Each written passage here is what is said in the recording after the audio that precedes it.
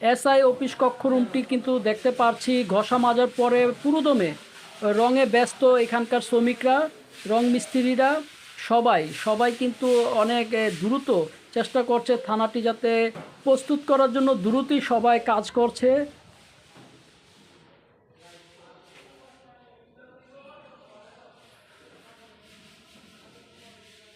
ইতিমধ্যেই দেখতে পাচ্ছেন পুরো প্রত্যেকটি রুমের অবস্থা, বর্তমানের যে চিত্রটি আপনারা বুঝবেন যে এটি আসলে ঠিক করতে কতদিন সময় লাগবে সবাই আপনারা বুঝতে পারেন।